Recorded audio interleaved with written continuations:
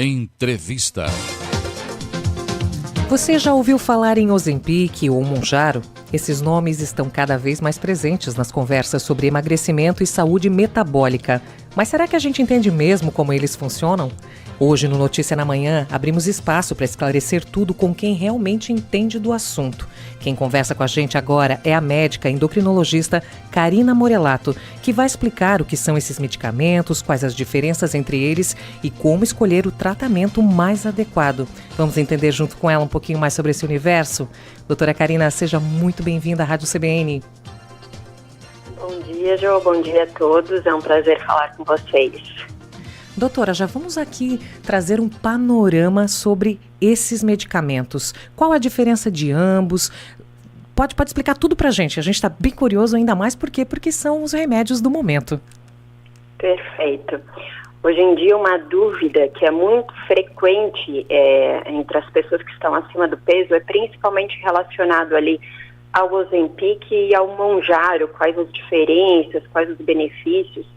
Bom, a medicação Ozempic, o Wegovy, Rybelsus, são todos nomes comerciais para o princípio ativo que a gente chama de semaglutida, que é uma medicação que tem como função, objetivo, estimular um receptor chamado GLP-1 no nosso corpo.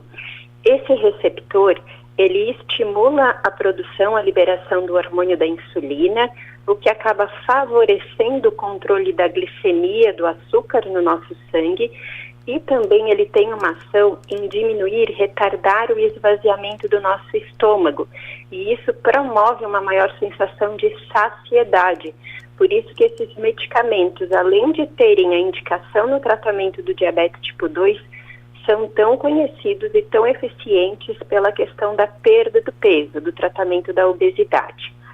Mais recentemente, chegou ao Brasil a medicação Mounjaro, cujo princípio ativo é a tirzepatida. Ela tem um mecanismo de ação muito semelhante à semaglutida, que é o Ozempic, mas ela também age em outro receptor chamado GIP. É um agonista duplo, a gente diz. E isso acaba gerando uma maior efetividade, uma maior potência no tratamento, tanto do diabetes quanto da obesidade. Doutora, uma pergunta, né? Pessoas que vão tomar esse tipo de medicamento como uma atitude desesperada, sem praticar, enfim, uma dieta, ou até mesmo buscar esses medicamentos numa farmácia sem o conhecimento de um médico. O que você tem a dizer para essas pessoas a respeito disso? Qual é o risco? Bom, é um medicamento, todo medicamento tem um potencial de efeito colateral e é imprescindível que o tratamento seja indicado e acompanhado por um médico. Doutora, para quem que esse medicamento de fato ele é indicado, né? Bom, a indicação dele é basicamente no tratamento do diabetes tipo 2 e naquelas pessoas que estão com problema de sobrepeso, obesidade. A gente sabe que a obesidade hoje no Brasil é praticamente uma epidemia. As últimas estimativas mostram que 60% da população está acima do peso. E a gente vê a obesidade como uma doença crônica que requer cuidado contínuo no tratamento. A gente sabe que a medicação ela entra não para substituir ali uma boa alimentação ou a prática do exercício, mas quando tem indicação, ela vem para somar, para ser um adjuvante junto com um bom estilo de vida e que acaba gerando uma otimização do tratamento, uma maior potência, claro. Doutora, como que o ouvinte vai saber qual que é o melhor esquema diário ali ou semanal, né, considerando o seu estilo de vida, a aderência e também o custo, né? São medicamentos realmente muito caros. É uma das principais barreiras que a gente tem hoje, realmente. A gente sabe que são medicações extremamente eficazes, seguras, mas o custo ainda é muito alto. Não existe uma receita de bolo pronta para todo mundo. O ideal é que cada pessoa tenha um tratamento individualizado, que consulte o médico. Na maior parte das vezes, essas aplicações elas são semanais. No caso do comprimido ali, existe a formulação do semaglutida em comprimido. Nesse caso, daí sim o uso é diário, mas a gente acaba levando em consideração o comportamento alimentar de cada pessoa, o histórico do ganho de peso, às vezes como é que se deu isso, se teve algum fator desencadeador, se já é um histórico desde a infância, muitas vezes tem uma base genética importante, fatores psicológicos, outras comorbidades associadas, uso de outras medicações, e claro, o perfil do paciente, preferências e o custo, ele tem que ser sempre debatido nessa escolha também. Doutora, falando em perfil, né, esses medicamentos, eles funcionam igual tanto para homens e mulheres ou o corpo da mulher responde de uma forma diferente? Olha, eles são efetivos tanto para homens quanto para mulheres. Existem alguns estudos que colocam que as mulheres poderiam ter uma resposta um pouco superior ao tratamento com o Ozempic, mas isso ainda não é um consenso, assim, são alguns estudos que mostram que pode ter uma leve diferença. Na maior parte das vezes, as pessoas elas tendem a responder bem com a medicação, mas claro que fatores como uma boa estruturação de hábitos, ou seja, um controle alimentar, fazer a prática do exercício, realmente vão otimizar a resposta a esse tratamento. Doutora, quais que são os principais fatores, né, ali de um médico quando o paciente chega até ele para orientação, né? Qual que é o perfil do paciente, comorbidade, enfim, qual que é o objetivo? Bom, na hora da gente prescrever ou indicar esse tipo de medicação, normalmente os pacientes que, claro, estão acima do peso, muitas vezes já tiveram experiências com outros tipos de tratamento sem sucesso, sem alcançar a meta estabelecida, podem, e que não haja contraindicação para esse tipo de medicamento. As contraindicações são poucas em relação a essa classe de medicações. Praticamente histórico de pancreatite e um tipo de câncer na tireoide, mas um tumor raro, não é o mais comum da tireoide.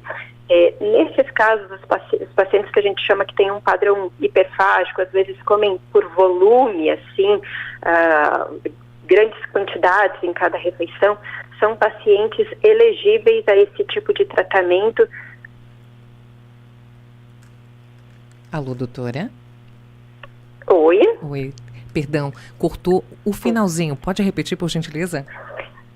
Os pacientes acabam normalmente com esse padrão hiperfágico que a gente diz de comer grandes quantidades nas refeições e exagerar, eles acabam sendo elegíveis a esse tratamento, desde que sendo feito por acompanhamento médico, tendo ali os critérios relacionados a peso, circunferência abdominal, outras comorbidades associadas que podem se beneficiar. Hoje é importante a gente falar também que esses medicamentos, eles ganharam muito destaque por essas indicações do controle do diabetes e do controle da obesidade, mas os estudos mostram que eles têm outros benefícios associados, como proteção cardiovascular nos pacientes com sobrepeso, obesidade, protegem o rim naqueles pacientes que têm diabetes e também melhora dos desfechos metabólicos relacionados à gordura do fígado, que a gente chama de doença hepática esteatótica, assim. Então, eles são medicamentos seguros e que têm outros benefícios. E essas outras comorbidades, isso quando o paciente está em risco, a gente também pode avaliar o uso da medicação nesse cenário. Nós estamos trazendo aqui, né, os benefícios, né, de ambos as medicações. Mas quais são as contraindicações? Bom, as contraindicações basicamente são histórico de pancreatite e histórico de um câncer chamado câncer medular da tireoide, que é um câncer mais raro ali da glândula tireoide. Doutora, eu vi na internet que esses medicamentos, eles acabam realmente emagrecendo muito rápido, mas é só por conta da medicação ou durante o tratamento exige, no caso, que a pessoa ela mude completamente os seus hábitos? Bom, o medicamento, ele, sem sombra de dúvidas, ele tem um fator importante ali no papel da perda de peso, mas eu digo que também não existe uma fórmula mágica. O medicamento, ele pode favorecer a perda de peso, mas se você não estruturar melhor seus hábitos nesse período do tratamento, dificilmente essa perda de peso ela vai ser duradoura, factível a longo prazo. E o que a gente quer evitar é aquele famoso efeito sanfona também, de usar a medicação, perder peso, às vezes a pessoa vê ali, se satisfeita ali com a perda de peso, para a medicação o peso volta a subir. Então é extremamente importante que a medicação ela venha acompanhada de uma mudança da alimentação, uma melhora tanto em termos de quantidade como principalmente qualidade alimentar, e que também é imprescindível a prática da atividade física para que esse resultado realmente seja algo duradouro. Como a gente viu, a obesidade é uma doença crônica e o tratamento deve ser contínuo. Dificilmente alguém consegue manter a perda de peso sem atividade física na sua rotina. Doutora, a gente sabe, né, que tratar a obesidade com medicamento, né, não seria só tratar o sintoma. Em se tratando, às vezes, a pessoa nem tem a necessidade. Como que é diferenciado isso? Porque hoje isso pode acabar levando o uso indiscriminado desses medicamentos por parte da população. Excelente colocação. Isso é uma preocupação, a gente como médico endocrinologista. Uma coisa é a gente estar aqui conversando do uso da medicação para o tratamento dessas comorbidades, do diabetes, da obesidade, sobrepeso, aquelas pessoas que realmente precisam. Mas realmente hoje em dia há um excesso, um abuso naquele perfil que a gente chama aquele desejo social de perder peso. Que são pessoas às vezes que não têm essas complicações, esses problemas de saúde, mas às vezes ganharam ali uns 2, 3 quilos. Hoje em dia tem essa questão de exposição às redes sociais, aquele culto, às vezes a magreza, um corpo mais bonito. Então usar essas medicações às vezes sem critérios e sem necessidade. Isso pode colocar a saúde em risco e às vezes até questões psicológicas envolvidas, daquela dependência, de querer ficar com um corpo melhor, de usar medicação por longo prazo, não se sentir bem. Então, vários fatores envolvidos e não é esse o objetivo, a indicação da medicação. Até porque, na verdade, né, doutora, a obesidade, nos tempos atuais, ela ainda é tratada com preconceito na sociedade, né? Então, a popularização desses medicamentos e a facilidade, né, porque agora você pode encontrar ele na farmácia, acaba trazendo esse estigma de que, eu vou tomar alguma coisa e vai resolver o meu problema. Exatamente, existe ainda muito estigma relacionado à doença e principalmente ao tratamento. Então, muitas vezes a medicação ela ainda é vista como ali se optar pelo caminho mais fácil nesse tratamento.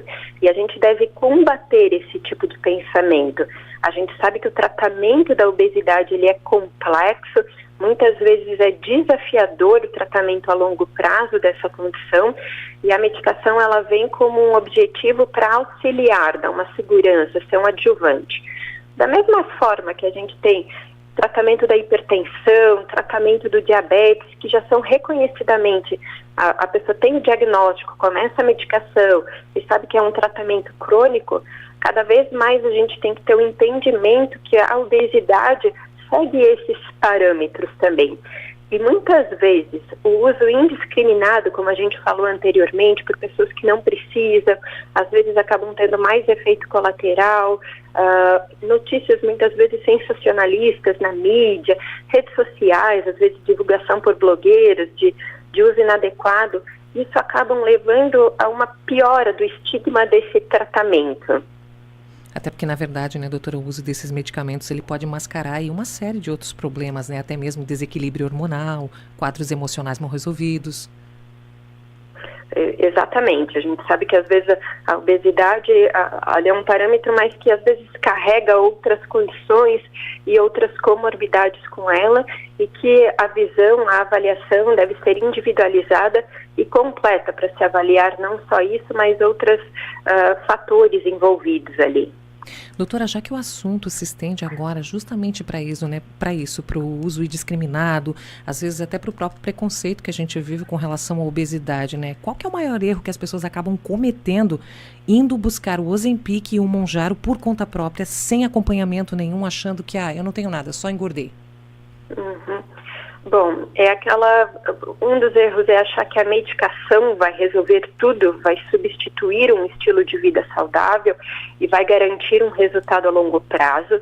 Isso é um engano. a busca pela medicação sem excesso, muitas pessoas acabam fazendo uso de maneira inadequada, usando doses de maneira inadequada, doses acima do que deveriam. Normalmente, quando a gente utiliza esse tipo de medicação, é extremamente importante fazer uma progressão gradual da dose. O uso já inicial de doses mais altas pode levar à ocorrência de mais efeitos colaterais, principalmente náuseas, vômitos, diarreia, efeitos relacionados ao trato gastrointestinal.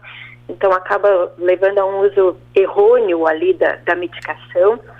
Felizmente, a gente tem uma boa notícia quanto a isso, porque a partir da próxima semana, esse tipo de medicação, tanto ali os análogos do GLP-1, como análogos duplos, GLP-1 e GIP, como o Mounjaro, começa a valer a regra que vai ser obrigatória a apresentação da receita para a compra dessas medicações e a retenção de uma das vias da receita pela farmácia. A gente, como médico, celebra essa nova fiscalização, nova regra, que acredito que vai trazer mais controle para o uso e para a venda desse tipo de medicação. Doutora, existe algum perfil de paciente que não funcione essa medicação? Já tem relatos ou algo do gênero? Olha, por consenso não existe um único padrão, assim. A gente sabe que essa medicação ela vai atuar principalmente no aumento da saciedade. Algumas vezes, em perfis de paciente, que às vezes a gente sente que tem um comer mais emocional, que a gente chama, às vezes não comem em grandes quantidades, mas é aquele belisco ao longo do dia, que vão comendo pequenas refeições, mas às vezes a qualidade não é tão boa, acabam somando calorias e levam ganho de peso. Algumas vezes nesse perfil a resposta pode não ser tão satisfatória e às vezes a gente avaliar alguma associação ou algum tratamento diferente. Doutora, existe algum tipo dentro dessa medicação, algum risco de perda de massa muscular? Sei lá, o uso prolongado desse medicamento, ele pode comprometer a saúde de alguma forma ou não? Com relação à massa muscular, existe. A gente sabe que ao perder peso, e lembrando que essas medicações são muito eficazes, promovem perdas de peso bastante significativas, então não é incomum que o paciente acabe perdendo também uma porcentagem de massa muscular. O nosso objetivo é sempre priorizar a perda de gordura, mas como eu falei, muitas vezes a medicação promove uma grande perda de peso e pode ser que leve uma perda de massa muscular. Na maior parte das vezes, a gente considera uma perda de massa muscular se ela não ultrapassar até 25% do total da perda de peso, isso seria esperado, não seria um cenário tão preocupante. Mas existem alguns perfis de pacientes que a gente precisa, às vezes, acompanhar com um pouco mais de cuidado, principalmente aqueles pacientes idosos e que já estão mais propensos a uma perda de massa muscular. Por isso que é importante o acompanhamento próximo, às vezes focar um acompanhamento conjunto com a nutricionista para focar com uma boa alimentação, principalmente atentar para a quantidade de proteínas ingeridas, às vezes focar ali no exercício, principalmente exercício resistido, e quando necessário até pensar em alguma suplementação para esse tipo de paciente para evitar uma perda de massa muscular maior. A gente sabe que no tratamento, às vezes o acompanhamento conjunto com a nutricionista pode garantir ou pode otimizar esse resultado a fim de minimizar a perda de massa muscular, e o exercício também é fundamental. Doutora, você falou referente aos perfis de pacientes. Na verdade, isso me leva a crer o quê? Então, existe segurança tanto para idosos e adolescentes? Isso, a medicação, ela não existe um limite máximo para a idade, ela pode ser também utilizada em idosos, lembrando que sempre um acompanhamento mais próximo, assim, principalmente para essa questão de perda de peso, e é indicado desde adolescentes até idosos, não existe uma faixa etária máxima ali para o uso da medicação, a gente tem segurança quanto ao uso. Doutora, trazendo, né, para essa realidade de perfis, trazendo para essa realidade de obesidade ou magro demais, né? Hoje em dia, do ponto de vista ético teu, qual que é o limite, né, entre o uso aí terapêutico e o uso estético desse medicamento, né? Até porque a medicalização do corpo magro acaba preocupando bastante. É verdade.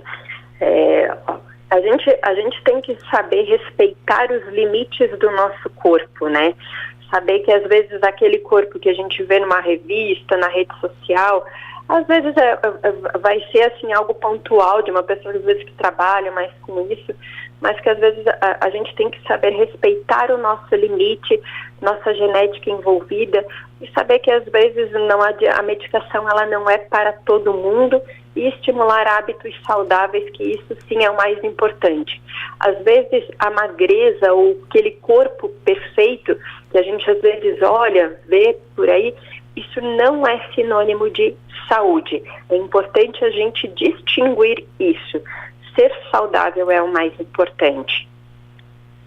Doutora, o nosso tempo está acabando, né? Já são 10 horas e 27, assuntos tão pertinentes e tão oportunos, parece que passam voando sempre, né? Qual que é a mensagem? Qual que é a mensagem que a senhora gostaria de deixar aí para quem pensa em começar esse tipo de tratamento hoje? Bom, esse tipo de medicação, pensando ali na semaglutida, na tirzepatida, representam realmente um avanço no tratamento, tanto do diabetes quanto da obesidade. São medicações eficazes e seguras para o tratamento dessas comorbidades, mas é fundamental que a medicação seja prescrita e acompanhada por um médico. Além disso, a medicação ela realmente vai ser efetiva, mas não vai substituir um bom estilo de vida. Então, a melhora da alimentação e o exercício, elas devem ser sempre estimuladas e acompanhadas ao uso da medicação. Doutora, obrigada pela participação aqui na CBN. Eu que agradeço o convite e um ótimo dia.